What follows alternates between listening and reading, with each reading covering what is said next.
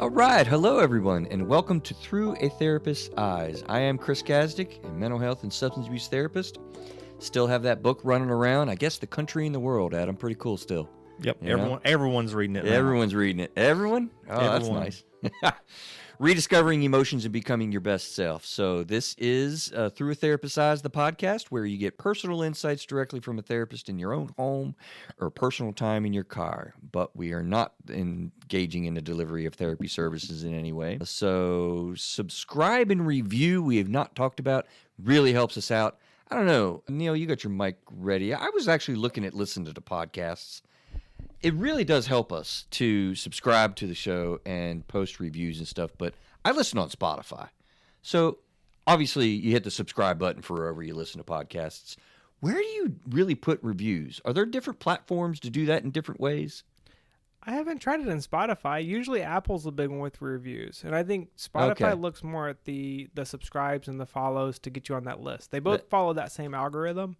So yeah, subscriptions, follows, anything you do to interact and constantly download, we want those. That's why I'm ignorant then, because I listen on Spotify. There's nowhere to put reviews on Spotify.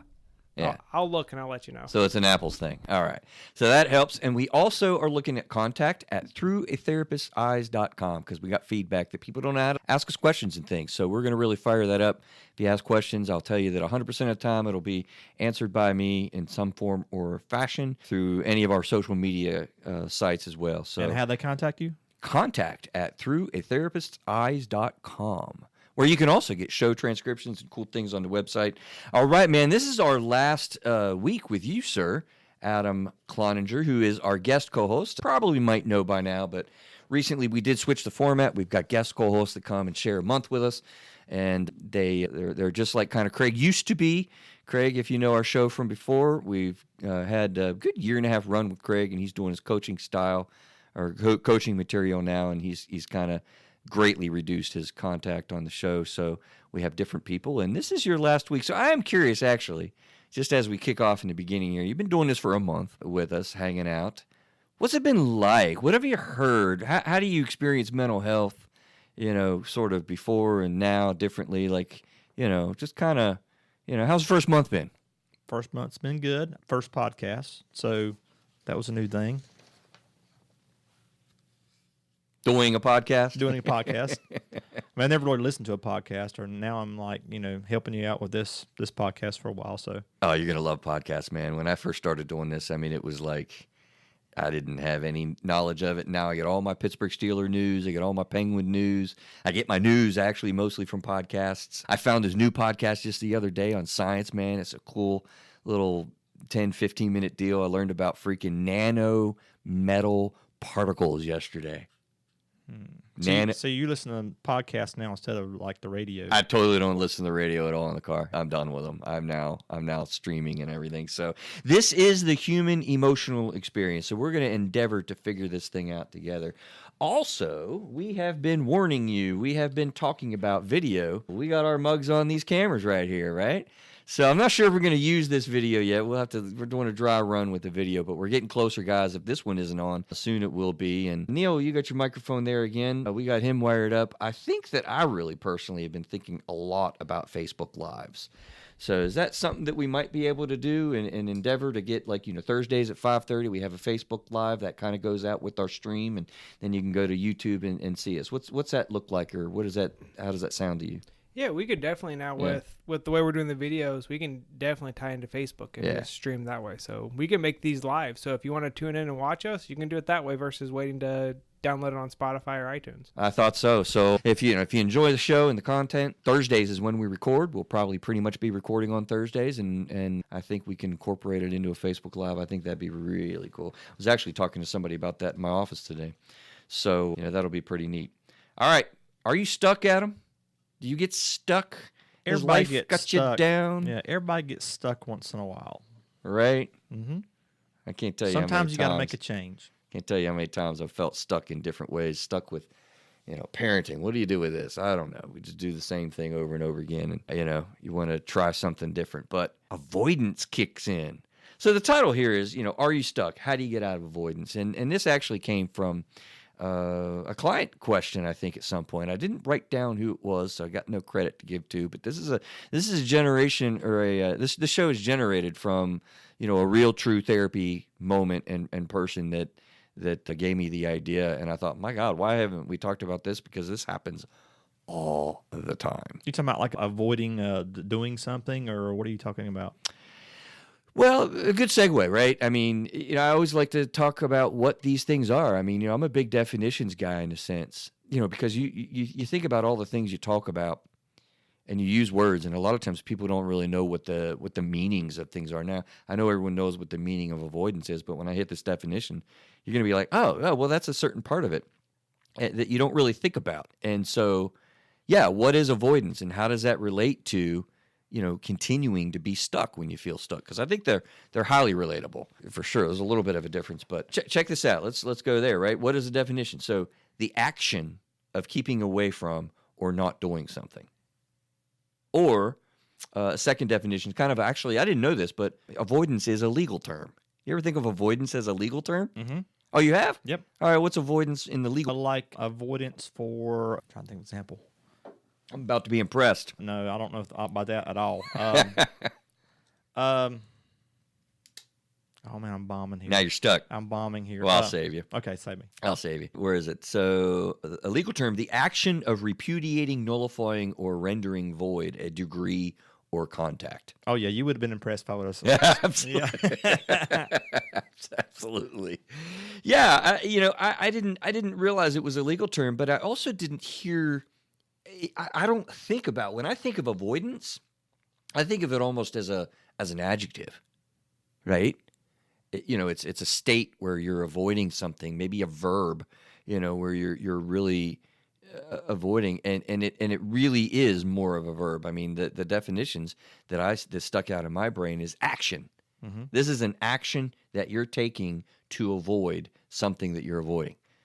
And I don't think people think of, well, I'm just, avoiding that because I don't want to deal with it or whatever. They don't really, it's almost like a result, right? Mm-hmm. Like it's a result of the state of mind that I'm in or whatever. No, it's actually an action that you're purposefully taking, and that's a big takeaway. So is it kind of like procrastinating? It is another action that you're taking. It is a lot like procrastinating. You're right? That's a good point. I mean, these are sort of situations that you think you're finding yourself in, and the reality is you're creating it, the situation that you find yourself in when you're avoiding something. And I don't think people take responsibility for it in that regard. I don't think people think of it in that regard. So, yeah, almost you could say that the action of avoiding something leads to likely being stuck, right? Mm-hmm. So we're going to talk about, how avoidance occurs, how to manage it. We have, as usual, we got a lot of things to get to. Actually, the idea of can it be a good thing, and then why it's a bad thing, for sure. So I don't know how much we'll have time to get to, but that's on the slate tonight.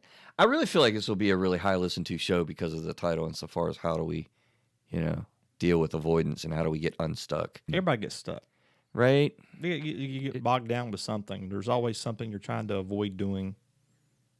Mm-hmm. There's a story I heard earlier today. I wish I heard more of it. I'll have to tell you offline. But it's basically, there was a story about a airplane pilot and a rich guy, and he told him to list like 25 things he wanted to do, and then circle the top 5. And top 5 was things you thought was most important. Okay. And then sort of life planning almost. Yeah, like. And basically the rich guy told him, "Oh, you got it all wrong. The top 5 are the things you're going to take care of, and the other ones are the ones you're going to avoid doing at all costs." Oh, wow. Okay. Now, right. I wish I would listen to this story. It's just a little while ago I heard the story. Today? Yeah, it was.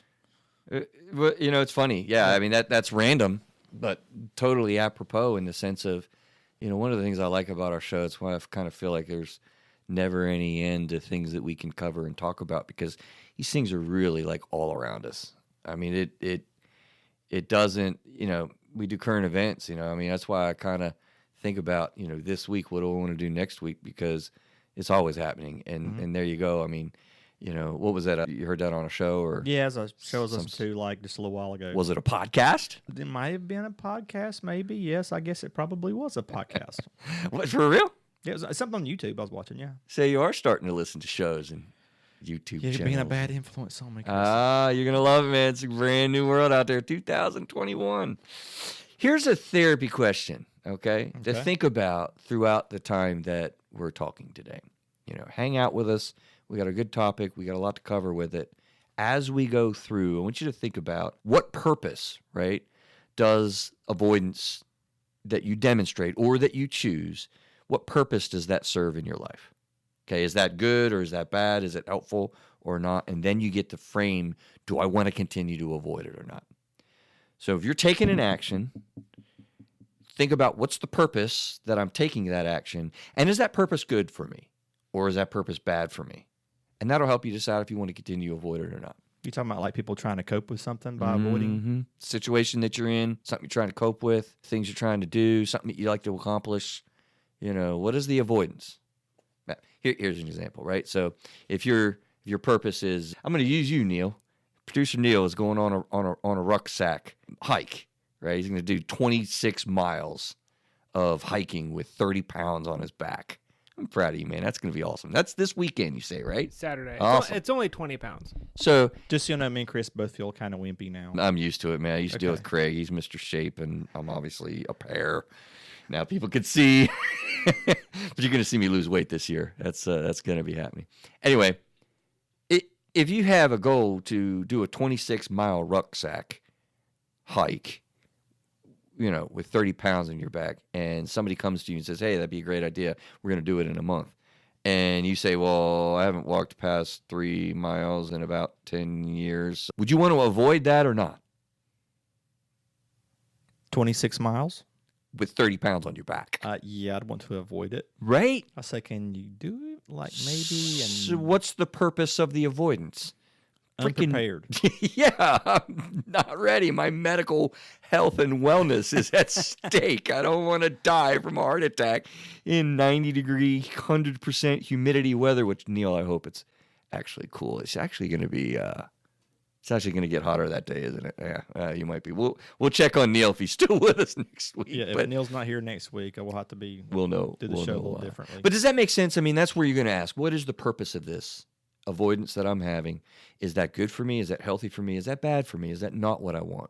And then you get to feel empowered by making a decision about whether you continue to avoid that or not. Just think about that through the show as we go along here and as you take this little journey with us, guys, right? So where do we go with this? I think it's important to kind of develop insight about what's going on with us when things happen, right? So why do you think we get stuck? What are the things that lead to this state of existence that people generally just, honestly, I think people get frustrated with being stuck?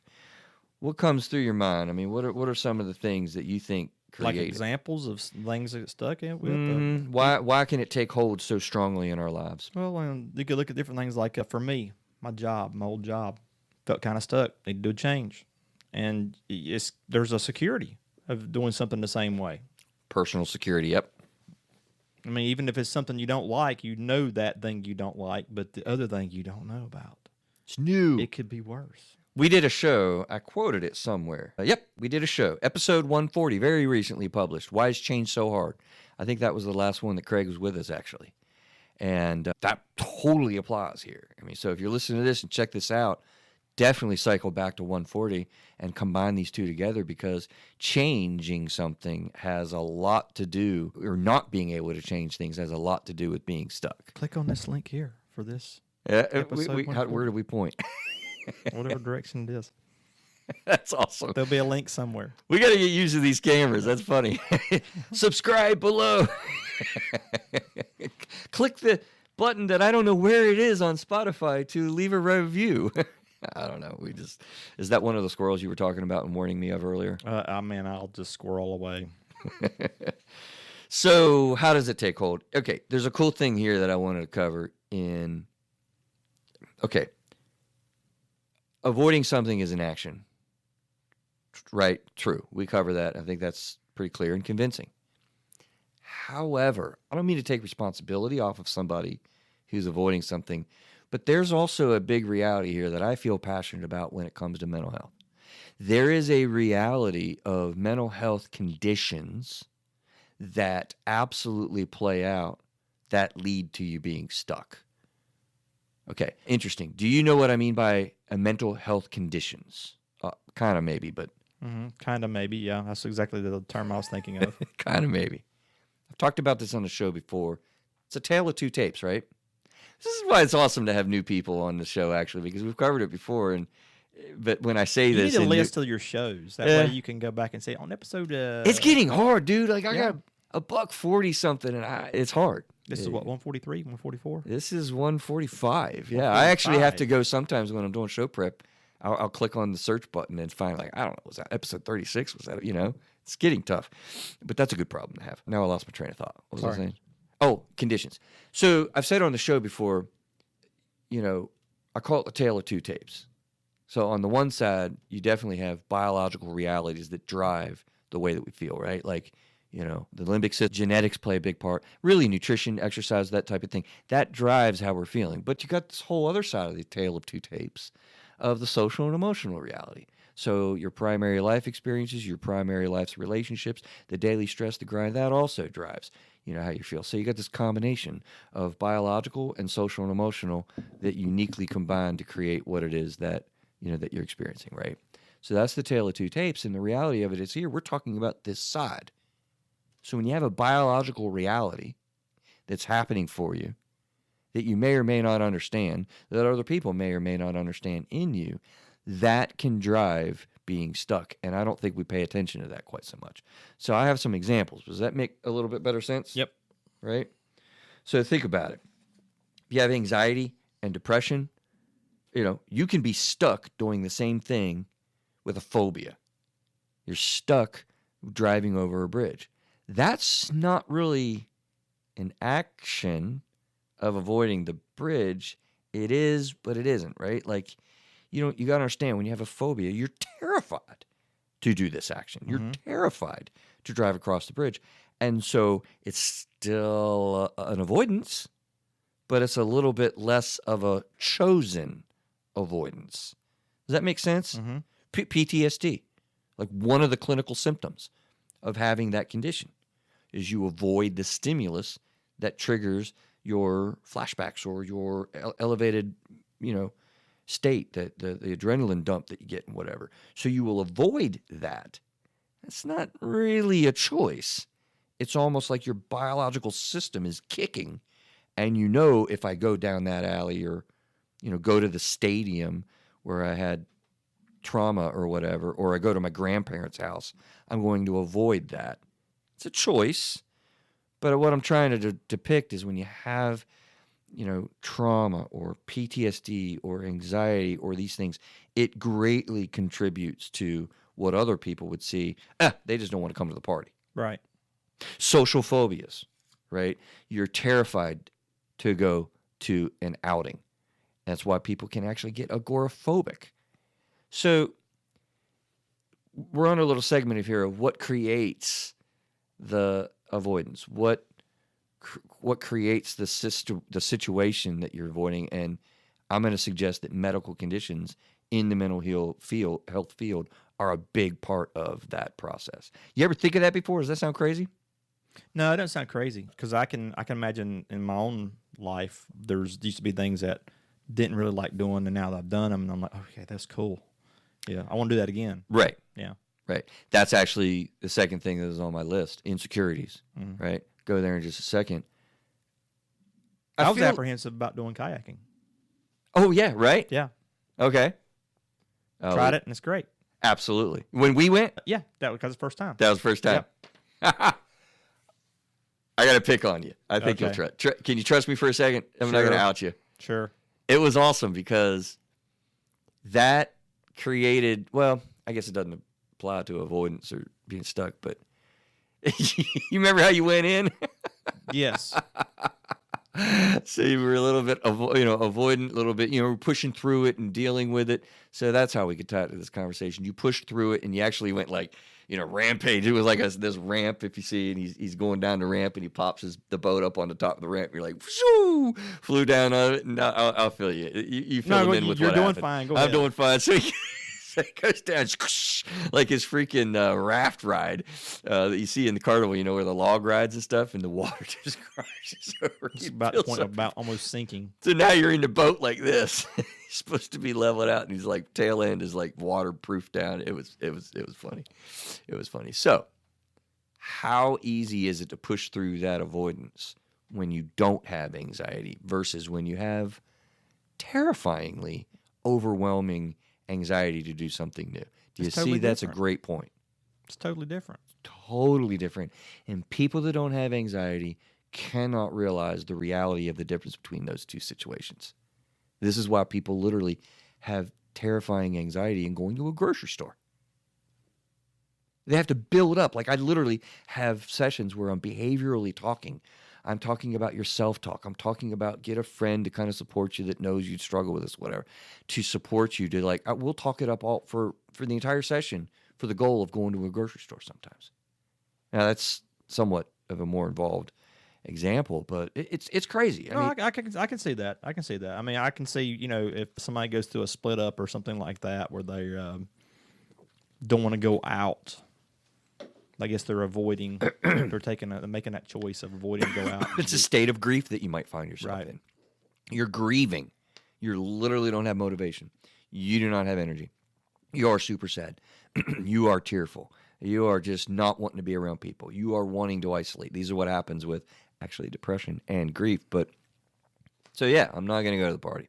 Thanks for inviting me. I'll check you later. You know, right? Mm-hmm. There's another thing you just mentioned though. Insecurities. That's on the medical side of it, the conditions. On the total other side of it is the idea where, you know, your social and emotional reality on the other side of the tale of two tapes. So insecurities are raging, and that's also something that's not biological, really, but that's a different type of anxiety. You can almost call it lower grade, honestly, but you can be pretty insecure and have, you know, that avoidance take over. You know, I'm insecure, so I don't really want to date. Can't tell you how many people I'm like, I'm just not interested in dating. That's always a clue to me in my head. Like, oh, okay. So, well, let's talk about that, right? I don't want to be on a podcast. Okay, I guess I'll try it. Yeah, you know. So those are the little tips. That's kind of like, well, it's, you know, there's some life experiences, there's some, you know, life's relationships. It's on this side of the continuum for sure. So I would do that a lot of times when I'm working with people. Is it on the right side, the medical side of Tale of Two Tapes, or is it social and emotional? And that really determines how you deal with it. Honestly, I didn't think about that, but when we're talking a little bit about how to manage avoidance, that makes a big difference. Because if I'm working with you and I'm identifying OCD, let's just say, right, and that's very different than if I'm working with you and I'm identifying some of the abandonment insecurities or some of the self-esteem, you know, issues that we can have. You know, that I'm going to go in totally different directions. Right. And how to get unstuck and how to how to deal with avoidance. Totally different. So I didn't plan that, but that's cool. What else? Insecurities, stuck. Stuck is a little bit different. Sort of a part of avoidance. I was thinking through it. It can be a component of what I see in therapy all the time, though. So check this out. This is a cool advice piece that I'm going to throw. Okay. You know how many times people come in to me and they say, like, you know, Chris, I don't know. I've had a good week. I don't really know what to say. I don't know what to say. Any idea how often I hear that? Every day. You know, maybe every other day. You don't hear it like once a day by maybe a different person? I see 6 to 8 people a day oftentimes and stuff. And I would say actually probably no, not every day, but very, very often, 100% every week, you know, that'll come up. I almost said at the beginning of the show. You don't have anything to say? I'm like, this is true. Yeah. This is true. And here's the answer for that. So let's go with that. Okay. So what is it that I asked you earlier? I said something about beginning the podcast, something along those lines, and I ask you. It doesn't matter. Yeah. But you did hear it about 15 minutes ago, and you're like, yeah. Okay. When you don't know what to say, here's the advice. All you have to do is expose your thoughts, whatever it is that you're thinking. You might say, well, I'm not thinking anything. I'm going to reframe. When I hear I don't have anything to say or I don't know what to say, To me, that means I'm not comfortable saying what I'm thinking, or I'm avoiding, if you will, not to say what I'm thinking. That's what's happening. You cannot have a question posed to you and not have thoughts about it. Then I definitely should have said I'm not thinking anything. Right? That would have been awesome. Would have been awesome. It Yes. would have been an awesome segue. We're not that coordinated yet, but you didn't know. No, you see what I'm saying? Yeah. So the advice that I have is when you're like kind of talking with somebody, maybe you're hanging out with your friend and you're avoiding, right? And you kind of say, well, I don't really have anything to say. Or I don't know. All the time I hear, if somebody's crying in front of me, like, I don't know what to say. I don't know how to respond. What am I supposed to say? Simply ask yourself, do you want to become more vulnerable? And just say what your thoughts are. That's all you need to say. Or choose to just say what you want to say. If I don't have anything good to say, I'm not supposed to say anything at all, right? Well, that might be a good choice. But realize when you don't know what to say, lean back on your thoughts. Because I guarantee you have them. Might not be nice thoughts sometimes. But that's when you don't say, right? Okay, where are we at? God, we are having so much to cover. I need to talk faster, I guess, right? Why I can take hold, being stuck, the advice. Okay. Fourthly, I was thinking about how, when you are stuck, sometimes like what I was just saying, you don't want to say what your thoughts are. There is a little bit of a challenge, and this is a little bit of a theory on my part. I kind of feel like, anything about learning disabilities? You ever come across people with learning disabilities? They can't process data well, right? A reading disability. My son has a reading disability.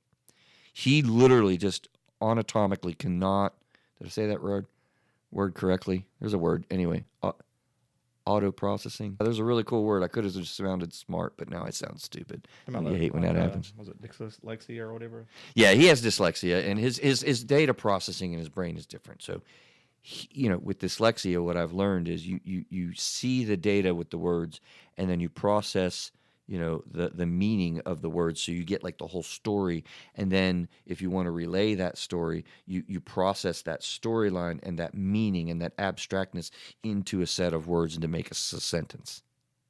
That's a big, complicated data processing. You get your eyes, you get your thought, cognition, and then you get your speech. And your brain has to process that data to interpret and then reinterpret and then express. That is on a continuum, I think. My theory is that everyone's on a scale with that. Mm-hmm. Maybe not a learning disability by any measure in the levels that we look for to identify a learning disability, but some people probably data process, boom, out of this world. Other people, like me, I'm a little slow up in the intake. It's like speaking two different languages. It really can be like speaking two different languages. Exactly. Go a little further with that. What do you mean? Well, I know somebody that speaks Spanish and English, and they do their math in Spanish. Right. So when you're talking to them and you're, calling out numbers, they're processing. So you're saying 545, and they're doing. What's that mean? They're like processing. They're thinking, okay, 545, and they're doing the number in Spanish in their head, and then you say 545 times this, and they're doing, okay, 545 times this. Then they have to convert it back to English to tell you what the. Absolutely. I got an example that a lot of people could probably understand. I hate it when people quote military time to me. Do you know that? Why? Because I don't think that way. Neil, you're smiling. I can't think it. You tell me 1800. Sure you can. Dude, no, I can't do that. I can't do that. 12:30. That's 12:30. I know, right? Well, no, actually, it's not. Not all time. Not all time. 0:30, isn't it? It can be 30 or 12:30. See, I can't process that. I do not have that ability, and so people that do that, yeah, it's really. So my point is, when you get stuck and when you're avoiding, stuckness can really be created by how we process data. And so we have to be sensitive and aware of that. Okay, fear we mentioned, and also just sort of, other factors such as negative self-talk, poor self-esteem, negative influences on our life. A critical person, that can absolutely perpetuate being stuck when you have a critical person in your life. Various life disadvantages like poverty and other sort of things. So, okay, that's what it is. This is what takes a big hold on us. What the hell do we do about this, man? How do we get out of avoidance? Lot there, right? Let me see what your brain does. Okay. How do we get out of avoidance? How do we manage this? Set and write down goals. Make a small step. Break things down in small pieces. Meditate. Exercise positive self-talk. Go to a job interview and situation. How do you use the power of positive thinking? The Power of Positive Thinking is a book by Norman Vincent Peale. Totally helps. Number 6, recognize and redesign what avoidance has provided in your life for you. That'll get you out of it potentially. Motivational interviewing. You contemplate it, and then you pre-contemplate it. You contemplate what's going on, and then you take action, and then you review, and then you can go back to contemplating through. We'll talk about motivational interviewing. Self-care. Oh my God, that comes up again, right? Mm-hmm. If you self-care, check out, you can get into taking action. Many emotional management skills. I'm just going to say that. Express the decision that you have, or express the fact that you're avoiding. I'm not really sure if I want to do this really. And then it makes it real, and thus you can defeat avoidance that way. I got a list, right? Right. Ask for an accountability partner. Get somebody to help you manage it. Asking for help, especially if it's connected to larger things in life, like the mental health conditions we were talking about. How's that for a list? That's the list. What do you mean by express the decision? We'll go through them. Okay. I shot that list out to kind of say, if you do any one of those things, there really are very significant things that you can do to manage the level of avoidance. I think that's a pretty decent list, and we'll go through it a little slower, obviously. Doesn't it seem, I don't know, correct me if I'm wrong, I feel like, I guess I honestly get a little bit confused why it's so hard sometimes to get out of the stuckness that we have and to crush the avoidance level that we have. Like, part of my personality is, man, if I want to get to something, I'm going to go through, under, over. Something's going to, I'm very, but you got to very want to do it. persistent. Yeah, that's a good point. How many times Craig tell you to come to jiu-jitsu with him? You didn't want to go. Ooh, he's See, using that, man. Yeah, you didn't go. Did you? I did go. You did. Yes, I did. Oh, that's true. You went once or twice. No, I went for almost a month. Okay, that's right. You did. You did. That's right. I remember that. You're right. I didn't want to go. You know the reason why, don't you? A big part of the reason why I didn't want to do that, which I'm still very, very nervous doing anything like that, is my arm. Oh. Yeah, I broke it 4 times. I'm scared to death of breaking this arm again. Like, I thought long and hard about that. I'm like, dude, last thing I need is, oh God. Nah, man, you'll be all right. I don't need that again, man. I do not want that again, ever. But I also got to live, so. But that's a good point. You really got to want to do it. If you really want something, you'll get to it. Why do people get so stuck then? Because I really believe people do want things. They want things to be different. But then, I mean, you mentioned jobs, man. How long will somebody stay in a job that makes them miserable? Long time. Forever. Mm-hmm. A career. Yep. But they truly want a different job. But there's also security. You mentioned that before. Yep. There's also security in what you're already doing. Why is change so hard? We covered it in episode, whatever I said, 140. 40. Yep. Like, it's you're very fearful. Things are very different. 140. What? 140. Oh, we're pointing to the screen again. Episode 140, highlighted below. That's funny. No, let's go through these a little slow, because these are anecdotes, if you will, how to manage it. Set and write down goals. What was it? I wish Craig was with us for that. He loves to say, if you, what has he said, Neil? Do you remember? Like, if you write something down, you're something like 20% more likely to have it. Because you're holding yourself accountable. Right. Kind of. Yeah. No, I think it's broader than that. This is where I need Craig. If you write a goal down, statistically, this is his coaching stuff. It is like 80% likely to happen if you actually write things down. Does that ring a bell, Neil, at all? You do. He's got it. What is it that he says? I don't, but it's like over 50. There's that whole part that it's that act of committing, like you said, that accountability, that committing it, writing it down, increases your percentage to complete it. Like I said, it's like 50 or 80%. Like, the percentage is crazy high. It's like you went through the effort to write it down. Now you're like, okay, I'm in now. I'm like, there's a psychological thing that's powerful there. Yeah, it's powerful. You like that mic? I'm glad we got you mic'd up, right? Well, yeah, it's a lot better than me just yelling across the room. A little bit easier. All right, so yeah, that's writing things down. It will absolutely create a life of its own if you just, journaling isn't what I'm really talking about there, but writing down goals. I mean, in our mastermind group, we do this. He holds us accountable, and we'll write something down. And I've always kind of gone by a 1, 5, and 10-year plan. I do it more mentally, honestly, but when you write it down, dude, listen, honestly, it is some weird psychological juju stuff. It makes it so much more likely to happen. And any success book you'll read, or any people that are, highly successful people, this is one of the things that they literally do. Like, they'll put Post-it notes and put it on their mirror that they look at it every day. It's powerful reality. So writing things down. Make a small step. I think that people get so overwhelmed. A big part of getting stuck is feeling like this is too big for me. I can't do this in my life right now. I got too many other responsibilities. Kids are running around. They're young.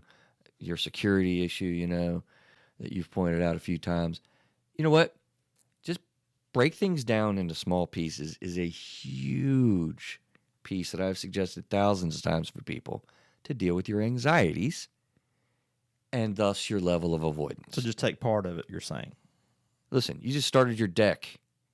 You've been talking about it for a while. A long time. Since I've known you, I think. It's done now. Right? Yes, it's done. But when did you get the lumber? Oh, well, I bought the... Was that the first thing you did? Yeah, I did. Right? I bought the decking because it's on sale. Just stop right there. And then when I started to do it, the lumber went through the roof. Yeah. But I was already in then. Yeah, well, then you had to finish it. But if you just stop right there, right? Like, just get the lumber. That's all you have to do. Do a little math, do a little drawing maybe, so you get a little bit of the amount that you might need. There's a little bit that goes with that, but you don't have to build a deck. You don't have to worry about nails. You don't have to worry about organization and organizing help and getting, Now I'm a little closer. That's it. Now you got a success. You can build on that success because now all you got to do is get enough of the other supplies like nails and screws. They're called quick wins. Quick wins. Quick wins. Absolutely. So if you're avoiding something and you want to get somewhere, just seriously, this is a powerful step. Just take a small step towards it. Challenge yourself. Put a time frame on it and write it down. Guarantee you that'll happen. So I actually combined two together. 2 and 3. Break things down into small pieces and take a small step. Meditate it on it. You ever... Oh, no, okay, that's the power of interviewing. Exercising positive self-talk. I was going to talk about the idea, how are we doing on time? To get into... Okay, yeah, we do need to spend a little bit of time on this. I was going to foray through it real quick, but, we have a phenomenon that's going on right now with the unemployment in our country, with the need for workers, and I don't know if you're aware of it, man, but there's evidently, like, I even have LinkedIn ask, randomly me, I guess, they see my profile and they wanted people that can, like, professionally comment on redesigning your professional career. What advice would you have? And I wrote a little column out there about it. Maybe it'll get picked, maybe it won't. A lot of people are going to be job interviewing. A lot of people are really considering, I want to make a change in my life, my career, and boy, that's scary. And how do you go about that? And that's a good time. It is a good time. It is a really good time. I think there's a lot of waiters and waitresses out there that are thinking this way. A lot of our service industry, maybe people have actually through the pandemic been doing training and they're getting ready to launch. Norman Vincent Peale wrote a book called The Power of Positive Thinking. You ever hear this? Are you smiling? I can't see the whole microphone thing. I heard it a while ago when you mentioned it. Yeah. Today? Today. Yeah, okay. So this is a book that was really very influential in my life. I actually was one of those weird kids that read a little bit when I was a kid. And I came across this. Probably my mom put it in front of me. I'm sure that's probably the way it worked. But somewhere I came across Norman Vincent Peale's. I actually got it in my book. Hey, we got it on the bookshelf. I can actually point there. Yeah. Norman Vincent Peale, The Power of Positive Thinking, revolutionized before I knew what behavior or cognitive behavioral therapy was and changing your thoughts and kind of moving with that. If you visualize, if you think about something negatively. How many people imagine the worst case scenario? How many people imagine being, not accepted for the job, or they're going to look down on me and criticize me and judge me when I say something stupid, or, there's no way that I'm going to get this job. Dude, if you're thinking negatively, you don't got a shot. I mean, you don't have a shot.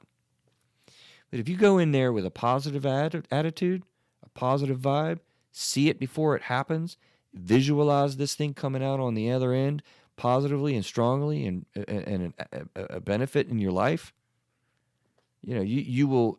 The power of positive thinking is real. Can I make that statement? Mm-hmm. It is very, very real. So, okay, I wanted to cover that because a lot of people are job interviewing. Let me just say this real quick. Yes. How about this? People looking for jobs. Now is the time. There's so many companies looking for somebody to apply. If you're wanting to make a change, now is the time to make that change. Infomercial, man. Kick it. Go and make that interview. If they offer you the job and you can always turn it down. Just go do the interview. What's the worst that can happen? They offer you the job that you've been wanting your whole life, or you can go back and do the same thing you were doing. Either way, just go do it. I love what you're saying, because you defeat with that line of thinking. That's a perfect example in real time of what it is that we're trying to execute. Think about if you could say that to yourself. I love the way you just did that, and you just did a service to people that are listening. Internalize that. Repeat that to yourself. Push, stop, pause, rewind, play it again if you want somebody else's voice. But learn how to do that with yourself. You'd be shocked and amazed. Listen, I've been doing that, and I actually wrote a book. One of my worst classes in all of college and grade school and high school was? What's that? Guess. Worst class.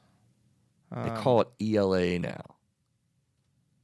English Language Arts. ELA? Yeah, English Who needs Language that? Arts. Right? I sucked at it. I have no business writing a book. Seriously. Thank God I have my editor, though. Courtney, she is awesome. But there's no reason for me to think negatively about that. And I am going to start writing a second book. I've already started. Actually, that's a little bit of newsflash. Got the second one in production. We're looking forward to it. Right? It's going to be on marriage, too. It's coming. It is coming. So I tell you, motivational interviewing is the next thing that I have. But, the idea of what you do in your mind and in your psychology is really important. I just wanted to pause and go back to that before we go on.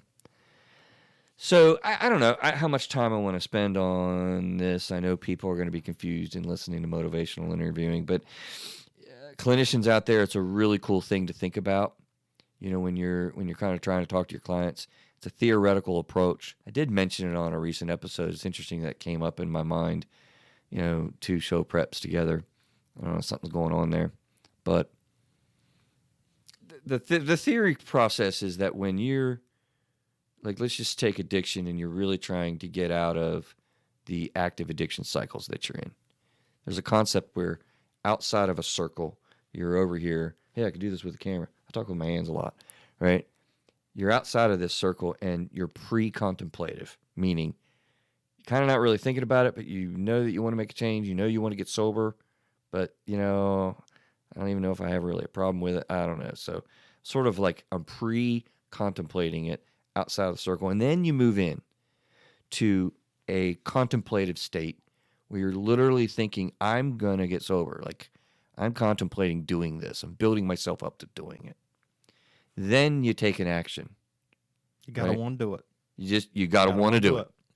And then you take an action. Now, that's the first time you sit in an AA meeting or something, right? And then you evaluate the action and the result and whatnot. And then you might go back into contemplation stage where you contemplate, I'm going to get sober. I'm going to get sober. And then you take an action and you reevaluate. And you can go into a cycle that way. Okay, so pre-contemplation moves into contemplation. And then you actually take that small step. Some of these concepts combine together, right?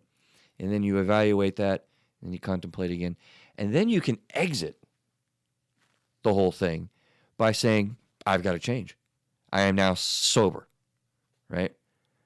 So there's a motivational interviewing, and there's things that you go into to theoretically kind of work with people in that. But I just think that's a cool thought process to execute a change. Set it up, think about how it's going to happen, take an action, evaluate what the effect of that action is, contemplate again, take an action, evaluate, circle with that, and then you really have life's different. You can leave. For the manufacturing, that's PDCA. Plan, Do, Check, Act.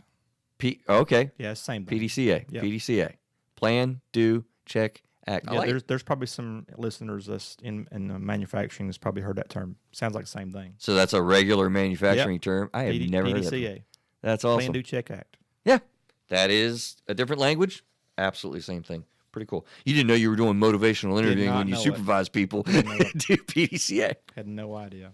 You know what? We in our field have a CYA. You ever hear CYA? No? That's funny. Different industries have to cover your ass.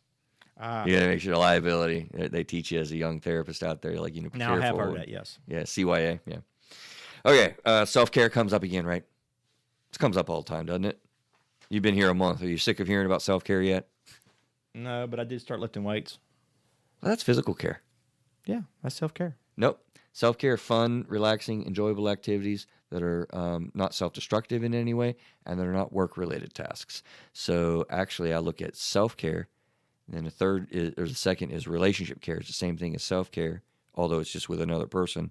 And then the third of the three cares is physical care. Exercise, working out, nutrition, sleep. Those are all. Well, I started number 3. You started on number 3. And we'll take care of the relationship care when we're done here today. We'll go do something fun together, right? All right.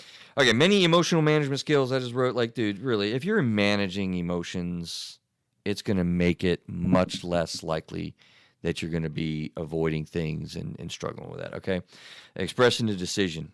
Make it real. When you make the decision to expose that you're struggling with avoidance, you're doing yourself a favor. I know it's vulnerable, and you might not want to let people know, holy crap, I hate my job, but I'm avoiding the crap out of these interviews, man, because, I don't know. They might hire me. Sarcasm. My point here is let somebody know that you trust what you're struggling with. I don't know why we struggle so much with, not wanting people to know that we're freaking out or that we're scared or, that something's going on or our pride or vanity. You're not alone in thinking these things. I mean, right? How many people feel stuck? Probably dang near all of us. If you were alone, then Chris wouldn't be doing this for a living. There's a good point. There wouldn't be a need for you to do this. There would be an industry that's very secure, I would say. I might have the most, particularly with the pandemic, the most secure industry in the the world. Mental health. But that's a side note. You're right. You're not alone. I'm glad you threw that out there. You're not alone. If you think this way, I guarantee you your next door neighbor has thought this way. So, express it and let people know. And honestly, I don't know what it is. Like when you let somebody know what you're thinking and feeling, it suddenly gets that much less energetic in your system. Can't explain that. Don't really purport to even understand that. But I know that's, you ever hear rip the Band-Aid off and, expose what you're struggling with. Or the term, get it off your chest. Get it off your chest. Relieves the pressure. Mm-hmm. Perfect, right? Ask for help was the last thing I put there. You know what? When you're identifying that there's actually big things in your life and wondering, do I have depression? Do I have anxiety? What's going on with me? Yeah, go get help. Don't try to do it alone. Don't do that. It's a bad idea. So there you go, right? What is avoidance? Why does it take such a strong hold? How do we manage anxiety? Shall we move on? You're like thinking. No, you said, shall we move on to... Good point. Can this be actually a good thing? Avoiding? Is avoidance, does it get a total bad rap? Well, obviously, it's natural. With his rucksack, I gave an example earlier with your health. Mm. It is natural. It does happen. Maybe there's something that's unsafe that your sort of spirit or whatever is picking up on, like, I'm not sure I should go do that. But rationalize and think about it. And if that's what you want to do, if you really want to do it, do it. Oh, boy. Should have had that on. Why does this happen? Rationalizations needs to be added to the list for the future show notes. Totally a big part of what totally makes that take hold. We can rationalize the living crap out of stuff. So we're going to have a show on rationalizing avoidance. That actually, you know what? I don't know if we've ever really talked about. I'm going to write down rationalize, because I don't think we've really kind of dealt with that issue very often on our show. And there's a lot of applications. Why do we rationalize things so much? Yeah, I have a little blue book that I walk around everywhere with. You just created one. Maybe we'll do that in. Actually, you're going to be back in August, aren't you? Mm-hmm. Yeah, you're filling in for a spot. So you'll be back with Adam here quicker than most. All right. Why can it be a good thing? In a word, I like, absolutely. I think avoidance gets a total bad rep. There are times when you really need to just sit on things. There are times when you need to not take action. There are times when you need to stop putting your foot in your mouth, stop being impulsive, sit down, think about it, meditate, be calculated. So you might avoid a decision for a little while very purposefully. I don't mean to confuse our conversation, but are there not people that are just freaking impulsive that you know of in life that like, dude, why? Oh, yeah. What are you doing? Oh, yeah. Stop already. Like, oh, did you hear Bob again? He went out there and bought another car. What? He just bought a car. Wow, he wanted a car, I guess. But the tires need to be rotated, so you had to buy another car. Yeah, right? Listen, we are so much of a feed me now, answer me now, get it now mentality. Or we move such at a fast pace. I think sometimes people are not very thoughtful, not very calculating, don't really think, is this part of my life plan? Do I really need that BMW now? Or should I save up and avoid making this big purchase? Right? So sometimes you got to slow your roll, as DW likes to say. She says that all the time. Slow your roll. I'm like, okay, I'm sorry. She tells me that all the time. Sometimes this can be synonymous with mindfulness. Isn't mindfulness a good thing? We did a whole show on mindfulness in the past. If you're interested in mindfulness, I think it's something like episode 30 that we did. It was early on, right? And if you don't know what mindfulness, do you know what mindfulness is? You got to be aware of what you're thinking, what you're doing. Pretty much, yeah. Yeah, it's a big therapy buzz term now. It's been a big deal, and a lot of frou-frou people, last you got to be aware. You got to be aware of what you're doing and consequences of and everything. Mindfulness really kind of means being in the moment, right? Like we're too afraid of what may happen. We're regretting what happened in the past, and mindfulness is being fully present now with what's happening. Avoidance can be in the moment that I'm avoiding this for a reason. So I'm just kind of making the comparison in the trilogy there a little bit that can fit together. Mindfulness and avoidance. I don't think people think of it that way. Okay. Oh, that's right. The phrase keeping the peace. You ever hear that phrase? Yes, I have. Right? Well, sometimes you need to avoid some crap to keep the peace. But boy, that's a slippery slope. Because you can also be codependent. Not doing a lot of things to advocate for yourself and just not having a voice, not speaking up. So be careful about keeping the peace at all costs. That's actually a quote in my book, I think. Keeping the peace at all costs is no peace at all. I think that's a chapter. That sounds like a family episode there. What do you mean? I'm thinking of like, a mother-in-law or something, and somebody saying something and someone else not taking a side because they're just, well, no, I'm not getting to that or something. That's the kind of stuff I think of. Yeah. Yeah, absolutely. You can really get stuck in keeping the peace. But there's also some realization. That's why a lot of the things, like, look, I love having people in therapy that are black and white thinkers and engineering kind of minds, because I'll tell the people, like, look, I got a whiteboard right over there in my office. I can pull it out. Got the markers right there that I'll write on it, and I'll give you step 1, step 2. We'll do a handout, worksheets. But you know what, dude? A lot of the stuff that we talk about as we're talking about avoidance tonight, like, it is not black and white. There is so much abstract gray in the middle of these things. Fuzzy logic. Definitely fuzzy logic, not to be confused with fuzzy math. Remember that political term? Sorry. Squirrel. Yeah. I'll pull some squirrels every now and again too. But no, think about it. I mean, if you actually, I was going to use this as an example, right? Remember, I just called you the other day. Remember I called you and why I called you?